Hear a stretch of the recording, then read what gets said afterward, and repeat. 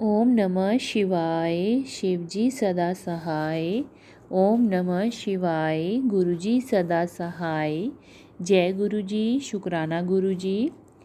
शिव पुराण श्री रुद्र संहिता खंड तीसरा पार्वती खंड 33वां अध्याय अनरण्य राजा की कथा। ब्रह्मा जी बोले, हे नारद, कुल की रक्षा करने के लिए किसी एक का त्याग कर देना ही नीति शास्त्र कहलाता है।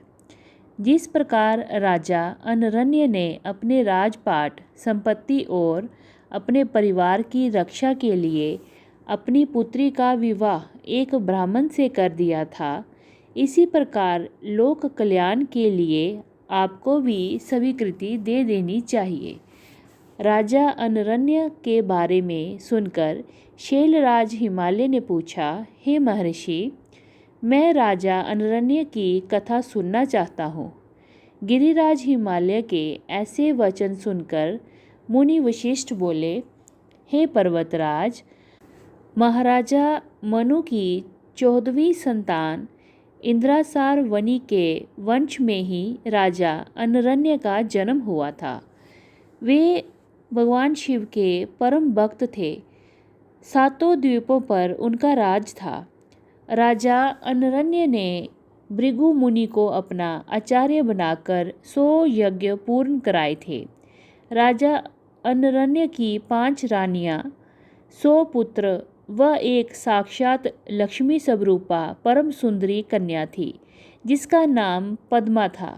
पद्मा इकलौती पुत्री होने के कारण बहुत लाडली थी।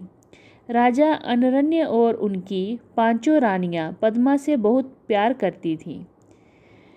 राजा बहुत ही सरल, न्यायप्रिय व उदार थे। देवताओं द्वारा स्वर्ग का सिंहासन दिए जाने पर उन्होंने उसे ग्रहण करने से इनकार कर दिया था। जब राजा अनरण्य की प्रिय पुत्री पद्मा विवाह के योग्य हुई तो राजा अनरण्य को उसके विवाह की चिंता सताने लगी। पद्मा के लिए योग्य वर की खोज शुरू हो गई। चारों दिशाओं में सुयोग्य वर की तलाश की जा रही थी। अनेकों राजाओं को पत्र लिखे गए। एक दिन संजोग वंश देवी पद्मा वन में विहार के लिए अपनी सखियों के साथ गई हुई थी। वहाँ तपस्या करके लौट रहे ऋषि पिपलाद की दृष्टि पद्मा नाम की उस सुंदरी पर पड़ गई। वे उसकी सुंदरता पर मोहित हो गए। वे उस सुंदरी को मन में बसाए हुए ही अपनी कुटिया पर पहुंच गए। सुंदरी का सौंदर्य पिपलाद के मन मस्तिष्क में धंस गया था। एक दिन ऋषि पिपलाद पुष्पाभद्रा नामक नदी में स्नान करने गए। संजोग वंश राजा अनरण्य की परम सुंदरी पुत्री पद्मा भी वहाँ उपस्थित थी। उसे पुनः देखकर ऋषि पिपलाद के मन की इच्छा पूरी हो गई। उन्होंने पद्मा की सखियों और सैनिकों से उसका परिचय प्राप्त कर लिया। वहीं कुछ मनुष्यों ने ऋषि की हंसी उड़ाते हुए कहा कि ऋषि जी, आपका मन देवी पद्मा पर मुग्ध हो गया है, तो क्या आप महाराज से उन्हें मांग क्यों नहीं लेते?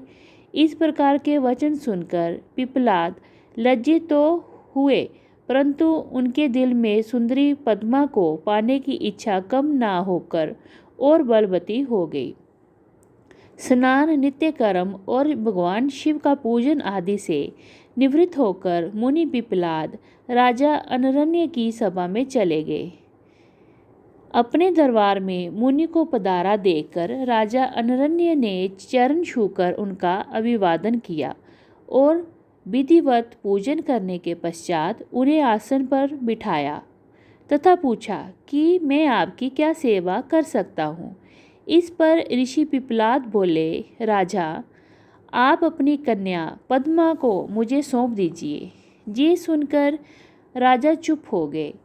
इस पर पिपलाद मुनि कहने लगे कि राजा, यदि शीघ्र ही तुमने अपनी कन्या मुझे नहीं दी तो मैं क्षण भर में ही तुम्हें और तुम्हारे कुल को भस्म कर दूंगा। ये बात सुनकर राजा, उनकी रानियां, नौकर चाकर, दासियां सब रोने लगे। राजा अनरण्य की ये सोच अत्यंत व्याकुल तो हुए, पर कैसे वे अपनी फूलों से भी कोमल पुत्री को एक बूढ़े ऋषि को दे दें। राजा इसी चिंता में डूबे हुए थे कि वे क्या करें, तथा वहाँ उनके पुरोहित और राजगुरु भी आ गए। राजा ने सारा वृतांत उन्हें सुनाया। इस पर राजगुरु बोले कि राजन, आपको अपनी कन्या का विवाह किसी से तो करना ही है, तो क्यों ना उसका विवाह ऋषि पिपलाद से ही कर दिया जाए। इससे आपके कुल की रक्षा भी हो जाएगी। ये ब्राह्मण इस कुल का विनाश कर दें, इससे तो अच्छा है कि पद्मा का विवाह इन्हीं से हो जाए।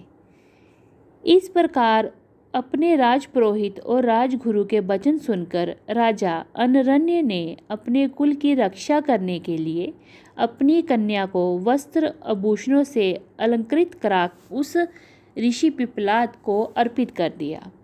तत्पश्चात देवी पद्मा और ऋषि पिपलाद का वैदिक रीति से परिणयोत्सव संपन्न हुआ तथा राजा ने प्रसन्नतापूर्वक अपनी पुत्री को विदा कर दिया। राजा अनरण्य से विदा लेकर ऋषि पिपलाद अपनी पत्नी पद्मा को साथ लेकर अपने आश्रम पर पहुँचे।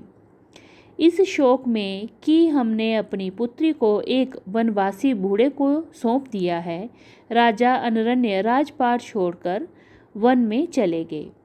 अपनी पति और पुत्री की याद में रो रो कर रानी ने अपने प्राण त्याग दिए। उनके घर परिवार में चारों ओर दुख ही दुख था। राजा अनरण्य ने शिव कृपा से शिवलोक को प्राप्त किया।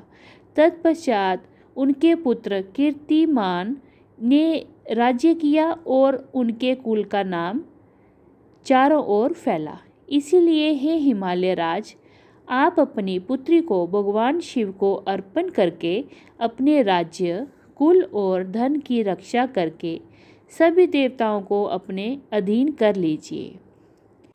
इति श्री 33वां अध्याय समाप्त। जय गुरु जी, शुक्राना गुरु जी। ओम नमः शिवाय, शिवजी सदा सहाय। ओम नमः शिवाय, गुरु जी सदा सहाय। जय गुरु जी, शुक्राना गुरु जी।